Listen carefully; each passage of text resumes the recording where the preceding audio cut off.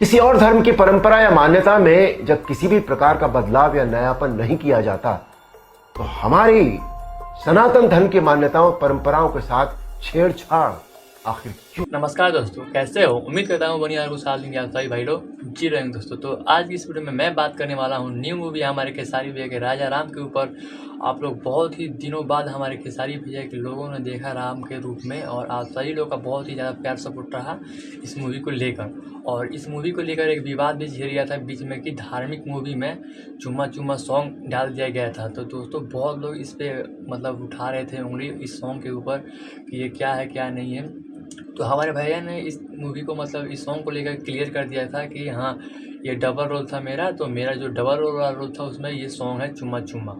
और आप लोग को मतलब मालूम होगा कि आप ये मूवी देख लिए होंगे तो आप लोग को मालूम होगा कि इस मूवी में डबल रोल जो हमारे खेसारी भैया का था उन्होंने ही मतलब ये चुम्मा चुम्मा सॉन्ग का मतलब जो भी था इसमें था।